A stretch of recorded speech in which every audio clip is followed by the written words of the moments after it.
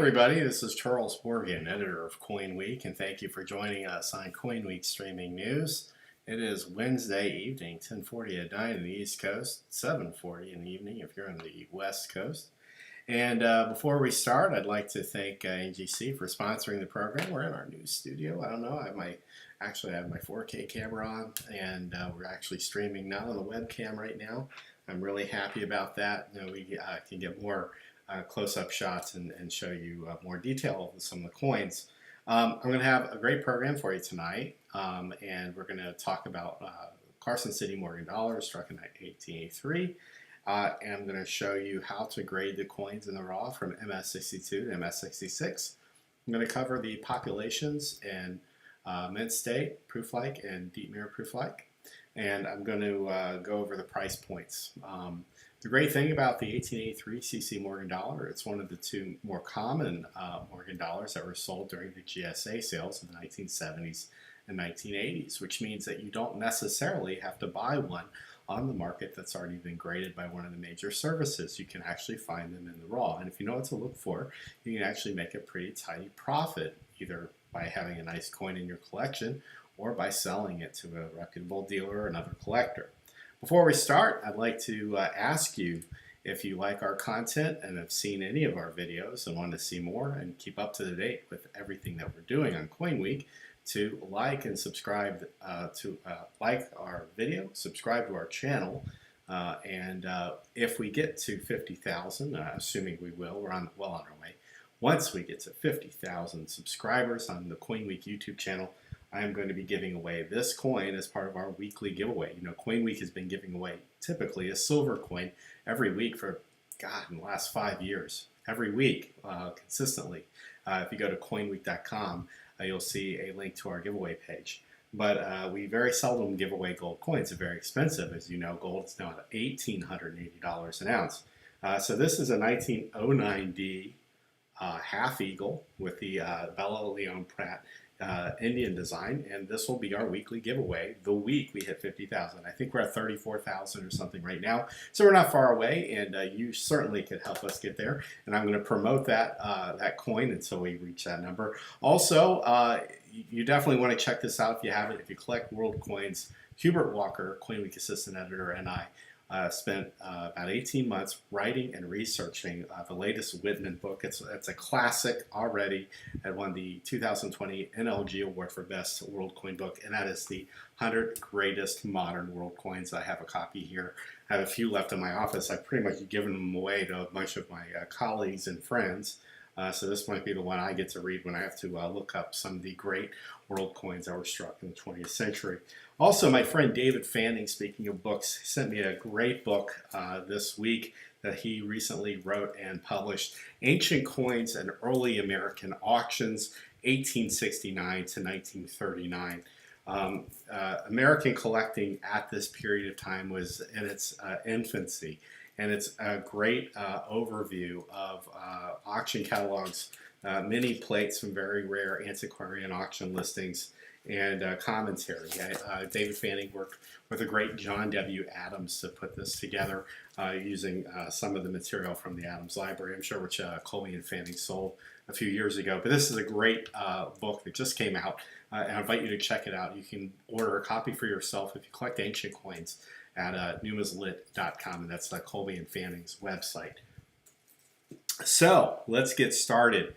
I want to show you some coins. I got some great NGC graded Morgan Dollars, 3 of them that were sent to us from a dear friend and colleague of mine, and I think you're really going to enjoy this. The first coin is a toned 1884 graded MS63 by NGC. The 1884 is a type coin struck at the New Orleans Mint, and it has a mintage of 9,730,000. Of course, the mintage doesn't reflect the total extant population today. Many of the coins are melted down. This example is from the Lincoln Highway hoard. Originally marketed by the New York Mint, which was a subsidiary of the Minnesota-based coin firm Asset Marketing Services, before the company folded the brand into GovMint a few years ago. Links to their original marketing sheets are no longer active, but various references to the hoard can be found on other websites.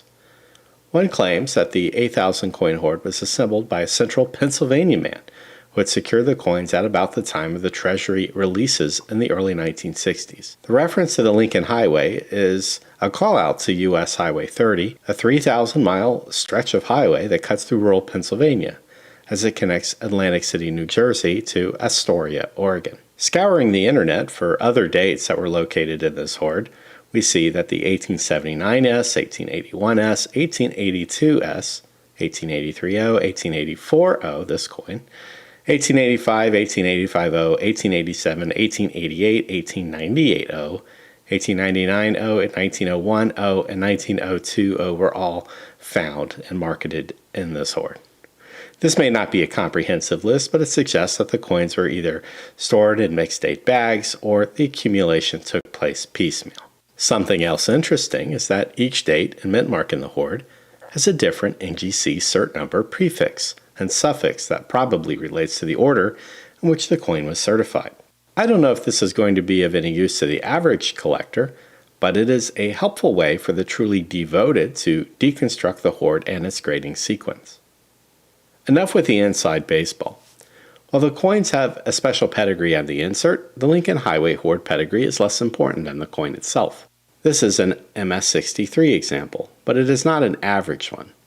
The grade is choice uncirculated, and like many in this grade, it has some bag marks. It also has toning on one side and is brilliant on the protected area, on the reverse. The toning I would describe as multicolored and pastel. The coin has an above average amount of flash and is a nice example for the grade. 1884O mint coins tend to come flatly struck with average luster, but can range from dull to very nice. I'd put this coin in the very nice category. A faint die-clashed image is apparent under glass to the left of the top with a wreath on the right. Retail price for a coin like this is about $100. You can get a so-so example with less pleasing eye appeal for around $60 or $70. This is another New Orleans issue, but this is a low mintage date. Only 450,000 coins were struck. Looking at population reports, one has to assume that nearly all that were released from the Treasury holdings entered circulation, as there are very few uncirculated examples known. And coins graded MS-64 or better would scarcely fill one Morgan Dollar roll. This is an issue that is challenging to grade due to the pancake strike nature of the New Orleans issues and the fact that many AU sliders knock on the door of being mint state but fall short. Given the enormous price jumps, one has to pay extra careful attention to the 1895O. This coin is graded extra fine 45 and is CAC approved. Its surfaces have a faint rose hue, with all the expected details for the grade apparent. It is not unusual for circulated Morgan dollars to develop a patina such as this, and interestingly enough, most 1895O dollars that you will find will have various degrees of dark toning. An MS-60 this date sells for $10,000 or more, while an AU-58 is a $4,000 coin. This is a tough date. An extra fine 45, I would call this a collector grade for your blue-collar collector.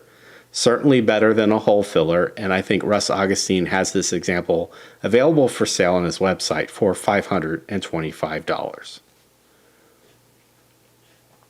Okay, I have one more for you before we get into our 1883cc discussion, and this is an 1880s. The San Francisco Mint issues from 1879 to 1881 tend to have fantastic eye appeal. This example is graded MS-64 by NGC and is borderline proof-like. The fields shimmer as they reflect light, and the devices contain a degree of frost on both sides of the coin. For the grade, I would say that this is a PQ coin. But of the grade, what do we know? Well, NGC has to date graded 69,620 examples in MS-64. This is the peak grade for all submissions, nearly double the number of MS-63s and about 80% more than the number of MS-65s. You really have to approach MS-68 to achieve conditional rarity for the 1880s. MS-68s are scarce at 370 graded. MS-69 has a current NGC tally of 5.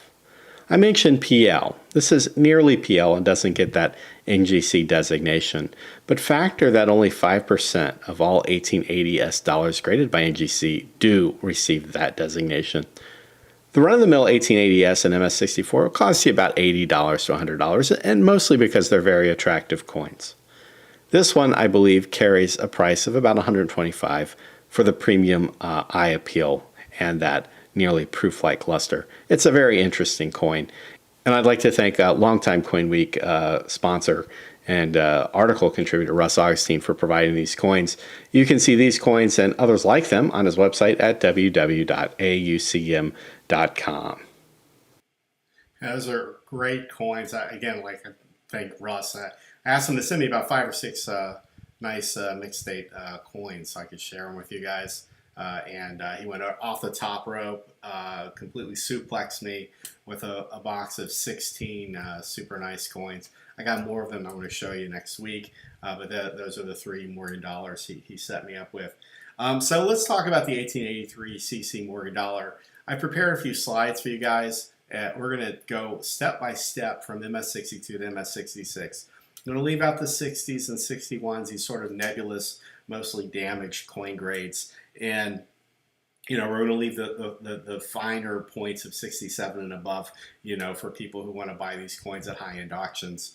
But I think the better you understand the grades of 62 to 66, the more likely you're going to be able to cherry pick a nice coin for your collection, or if you want to do a little bit of vest pocket dealing, find one, grade one, and get it flipped. Also, if you are buying a certified coin, nothing wrong with that. In fact, actually, highly advise it if you're not somebody who's very comfortable with grading.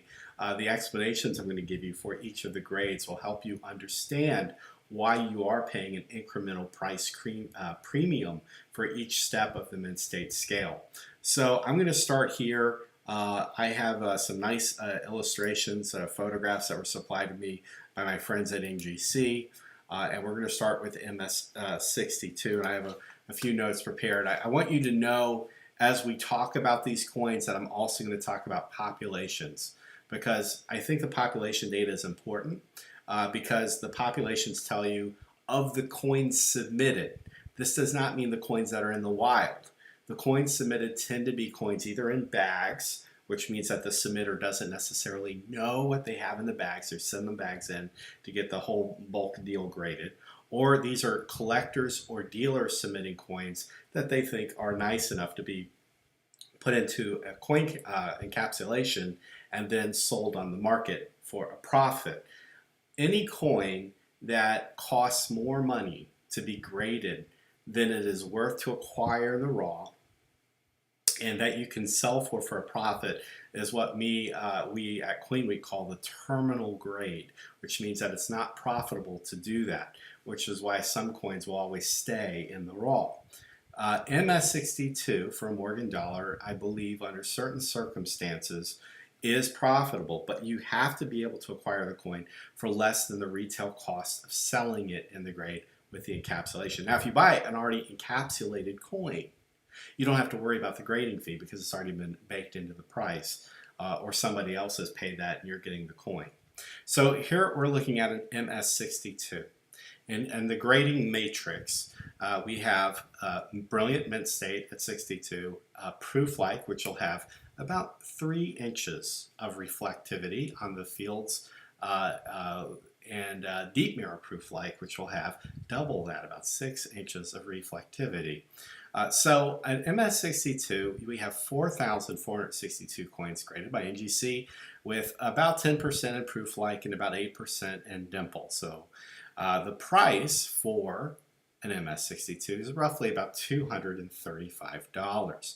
Now, to understand about the 1883 CC Morgan Dollar, this is a coin that was struck in relatively low quantities for the time, 1,204,000 coins. And there were a few bags that were released between the 1930s and the 1960s. After the Carson City Mint closed, the coins were transferred to Treasury vaults. They were kept in there, and they were dispersed as the need arose. The mint didn't separate the coins by date or mint mark. They weren't really concerned about the scarcity of the coins or the age of the coins. They were releasing what they had in stock. And remember, in 1918, due to the Pittman Act, there were several coins that were melted down, hundreds of millions of ounces, so that the United States could sell silver bullion to the British to aid it in its wartime efforts to support the Indian rupee. At this time, Germany was fighting not only a military war against the British Empire, but an economic one. And so many Morgan dollars were lost at this time due to this great melt. But a fair number of 1883 CC Morgan dollars survive, and by the time the GSA hoard, which was about the final 2 million or so coins that the government kept from the Morgan dollars in the Treasury vaults, they sequestered the CC dollars once there was a giant run on the coins. So when they had the GSA hoard sales, they sold 755,518 coins. If you look at that total and consider some of the mintages of 1980s and early 1990s United States Mint commemorative coins, you will see that the 1883 CC surviving population is about on par with a Constitution dollar or a 1983-84 Olympics coin. So this isn't necessarily a rarity, but collectors like this coin due to its age and its history. The modern commemorative coins really don't have that element, and that's a very important element when it comes to attracting collectors and developing a market. To tell you how much people wanted to buy this coin, in 1980, the Mint GSA put the final 195,745 coins up for sale at a price of $65 each, and that allotment sold out within 10 days. Some other examples were sold in mixed date allotments. These are ones, maybe toned coins or coins that the GSA felt were not uncirculated. More often than not, the coins were uncirculated, they were just toned. And those were sold for a discount at $45 each. Now, keep that $65 price in the back of your mind as I go through these grades and tell you how to grade these coins and what the pops are and what the prices are. And I'm going to double back to this and tell you whether or not, if you bought $65 GSA MS62 or typical quality uncirculated coin in 1980, whether you made any money off of it if you still hold on to it today. All right, so let's look at this coin. We've had a while to see it. One of the cool things, if you remember me going through those Morgan dollars, I was talking about a clash mark. Quite a few of these actually do share that clash mark. It's in the upper right wreath. It looks sort of like a curvilinear kind of line, and that dips and turns in a different direction. And the inside of that wreath. And what it is actually is the outline of the back of Liberty's head where that cap changes direction. You'll see this quite often. Many Morgan dollars do contain this clash mark. So anyway, here we go. Once you're into MS62, you'll see a coin that has many marks throughout. None should be extremely deep. A deep marked coin will typically fall in that MS60. I always say that MS60 coins look like they've been in knife fights, and nobody really should want one. Unless it's a great rarity and you have no choice, which at that point the grade really doesn't matter so much. This is a coin that it's been heavily moved around, a lot of bag marks. It has an average strike for the date. You can see the hair detail and the vegetal wreath has a good detail. Liberty and the cap is not soft. The stars are fully pressed for the most part. So this is a pretty nice strike for the date. The reverse, if you look at it, I actually think the reverse is better than the obverse, and this happens a lot with Morgan dollars. It just seems like the reverses were more protected. You do see a scuff in the wing, and there's a hit in the breast. of the eagle. But if the obverse looked like the reverse, instead of the obverse having scratches and scuffs everywhere, this might have been an MS64 coin. So the prices for an MS62 at $235. Proof like you go up to about $265 and $335 for a dimple. So let's move on and let's look here at this MS63. And again, I decided I wanted you to see this reverse again because this is a nice reverse. I mean, I don't really see much at all wrong with that. But the fact of the matter is when graders grade coins, 75% of the coin's grade is from the obverse. So you can look at this reverse and say, man, this would have been a MS67 every day of the week. If only the obverse was nice and clean, but that's the problem. The obverse is not nice and clean, and people buy the obverse. Unless you have this wonder coin with a super toning on the reverse, it's going to be the obverse every day of the week. So MS63, we're now one grade above MS62.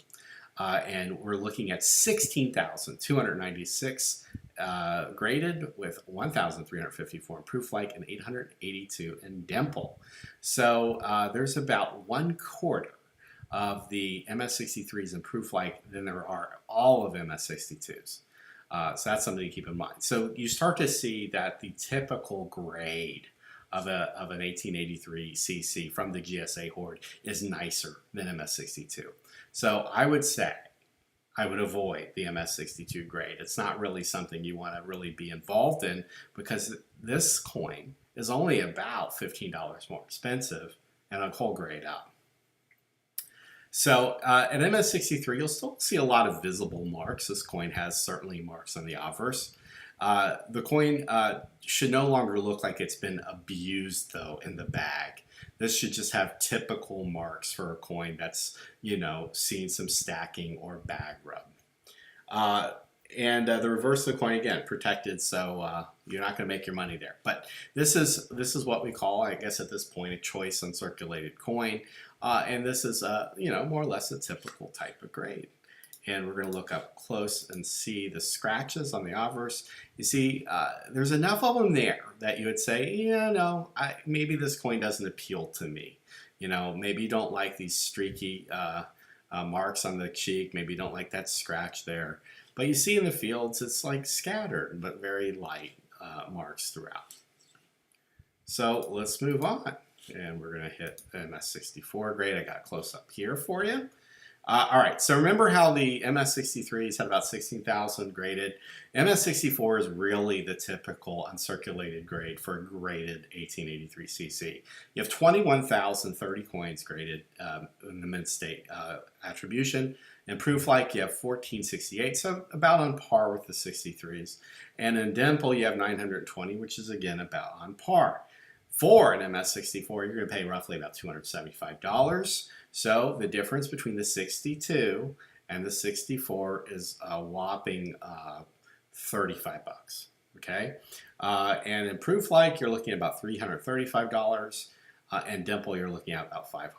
I honestly think that the PLs are a value. They're just a little bit more than the regular mint state grades, and they're scarce enough that you have something that's very interesting to look at. And one thing to keep in mind with PLs and dimples, the grading services understand, because of the mirror-like fields, that they do show hits more. So they show a little bit more leniency for those finishes than they would for the brilliant coin.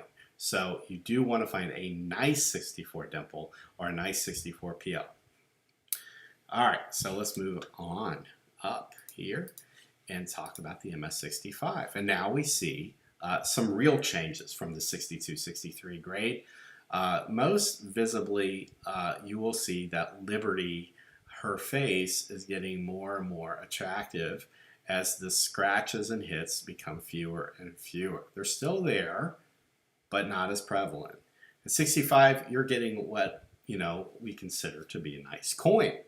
And it's interesting here. Here's a little bit of grading history for you guys.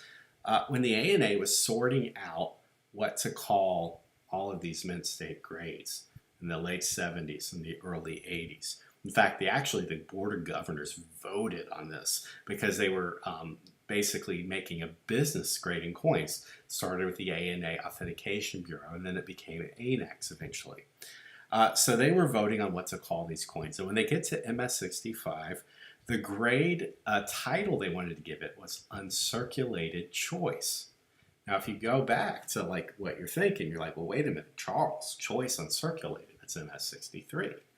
That's right. They called it MS63 typical uncirculated. So choice was their initial impulse to call MS65 a middle tier uncirculated grade.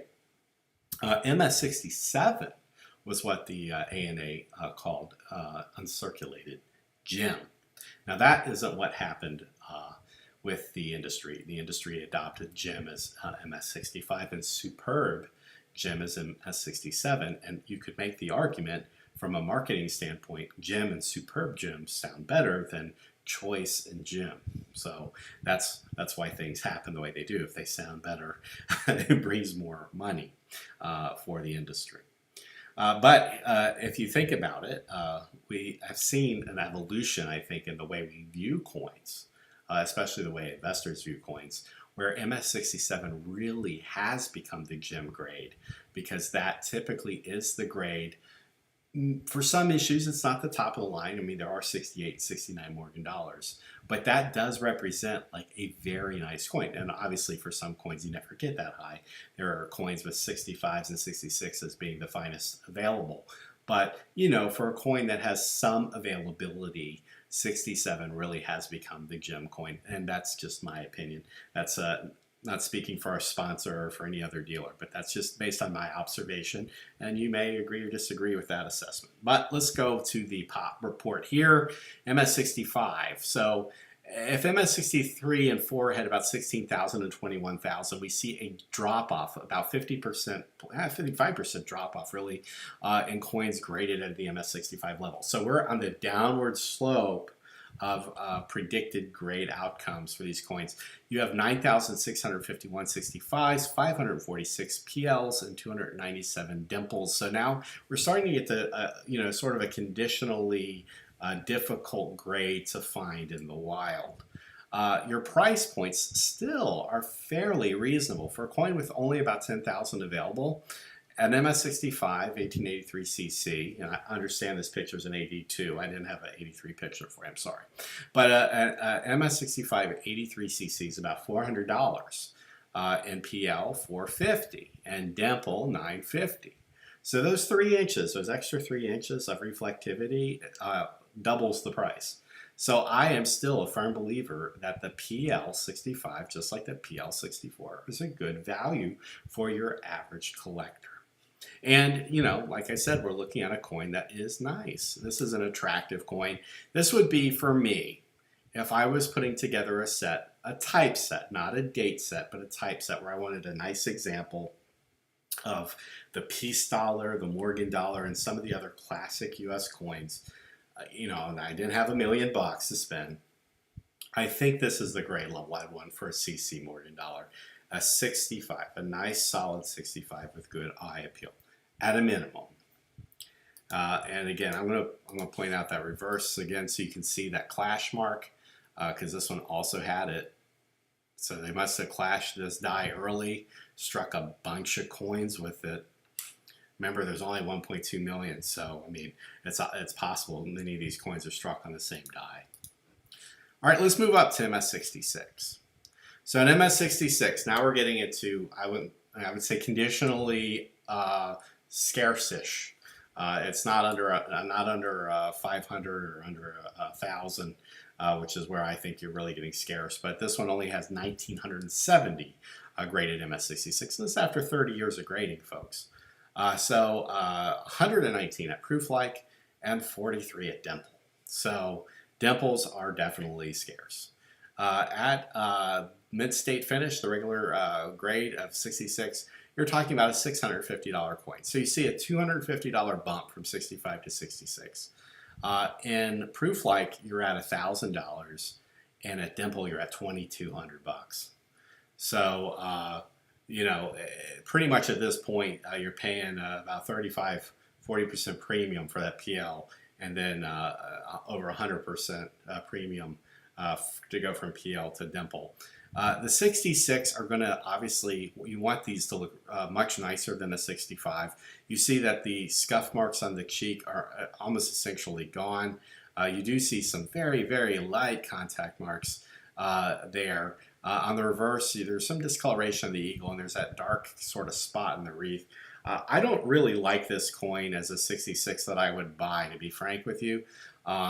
But it is what it is. It's probably technically, I would call this a B coin for the grade. It probably could stand to be dipped so that it get rid of some of that discoloration. But this coin is what the market will bear for a 66. Like I said, the cheek has to be clean, minimally hit, just the lightest scattering of contact marks. And as you get past 66, the contact marks pretty much have to start going away almost completely by 67. Barely any on the face, just some in the fields. 68, even fewer. 69, it has to look like a silver eagle. So how do you find these coins? How do you find these coins in the wild? So my advice is to think about it this way. The GSA sales took place in the 1970s and the 1980s, early 1980s. And so you have people who actually are now entering retirement age, who still were the original purchasers of these coins from the government. And for the most part, the coins have never seen the light of day. They were in their original boxes, they were bought, they were put away as keepsakes. And so these coins do come onto the market in the raw. Now, coin dealers have made an industry out of going through GSA holders as they come from the primary buyer, the person who bought them from the GSA, and as they sold their collections, and they've sorted through them and graded the best ones and made great markets for the hobby by grading these out and selling them in the market. But I don't think that most of the coins have been graded. I mean, most of the coins are still in their original boxes. Many are still owned by their original owners. So anytime you get an opportunity, either by somebody putting one up on eBay or bringing it to your local coin show or putting an estate sale or whatever, and you see a coin collection that was assembled in the 70s or 80s and they have GSA holders, well, these coins haven't been picked through or sorted, and the odds are, if you look at our grade dispersal, that the grades are probably going to be 63 or 64 with a lower chance of 65, but that's certainly in the realm of possibility, with 66s and above being scarce. So you can go and pay the regular fair market, I would say $200 to $250 for a coin, as long as it grades higher than 63. You're in a profitable zone, more or less, and that's a fair price to pay for it since you have to do the work. So I would say at that point, this is a good opportunity if you have a source for these coins as they come into the secondary market in the raw, especially from collections, original collections that were put together by collectors in the 1970s or 1980s. And there are plenty of these collectors. The great thing about the GSA hoard is it opened coin collecting to the mass market. So the general public got interested and fascinated with coins. Maybe from the GSA hoard, they went into the Ike dollars. The brown pack Ikes are put in pretty much similar packaging. Of course, you had the blue Ikes, and that generation learned how to collect coins from buying the coins that Jesse James didn't get as the mint, the Treasury ads put out. So that's how you get from the modern coin market boom that we saw in the 70s and the 80s, and then with the commemorative coins. All this flowed out of the GSA sales. So you can get these coins from the collectors as they're deciding to let go of their collections and find opportunities to make a lot of money off of Carson City Morgan dollars. And typically you're going to find one of the common dates, but you never know. They could have scored a scarcer issue. All right, so the final point I brought up earlier, $65 in 1980. Did you make money? I'd love to see your guesses in the comments. I will read all the comments once I'm done with the stream here. I'll try to answer a few questions before I go. But if you bought the coin for $65 in 1980 and you sold it today, you basically had about $205 adjusted for inflation into that coin. So you would need to have a coin that probably graded 64 or 65 to make any money off of that purchase. But you probably would have done a lot better off of that coin than buying that 1983 Olympic silver dollar or the 1971 S Ike dollar in the brown pack. All right, before we go, let me see if there's any comments I can answer for you guys really quick. I do appreciate all of you guys getting on at no notice to listen to this. We are going to save archive this stream so people can watch it tomorrow while they're at work. I want to thank everybody for logging in. And thanks for the comments about the new studio space. I do appreciate that. The camera we're using is actually a Panasonic AG DVX200 4K camera. It's a nice pro camcorder. We're not broadcasting at 4K. I think we're broadcasting at 1080. As far as let's see, just picked up an 1883 MS61 dimple in PCGS. Morgan Mike. Well, I hope you love that coin. Love to see it. You can share it with us on our Facebook feed. I check that out every day. Let's see, what else do we got here? Will it be too late for buying gold or silver in December? Never too late to stack. Keep on stacking. Let's see, another question. Here's one of my MS66 pluses. I have 2 in the grade and MS64 dimple. Okay, that's cool. That's cool. Share those coins, folks. Let's see. Anything else? 1884 and MS64 Plus. What's a good price? I would say the 64 pluses. I would pay, just a slight premium over what you pay for 64. Basing that on eye appeal. The plus means it's not a 65. Okay, so if it's got good eye appeal for 64, whatever, a 64 is good eye appeal. That's what I would say. All right, so that kind of wraps it up. Our next stream will be in a few days. I have some classic U.S. coins to show off. I also have some cool ancient coins to show off, and I will do that. That'll be our next stream. We're going to be doing some ancient coins. I have a gold coin of Nero to share with you. I got a tribute penny and much more. So anyway, for the entire Coinweek staff, thank you for watching. Again, subscribe if you haven't already, and we'll see you soon. Also, by the way, we have a great new podcast scheduled to go up tomorrow. So take care, everybody.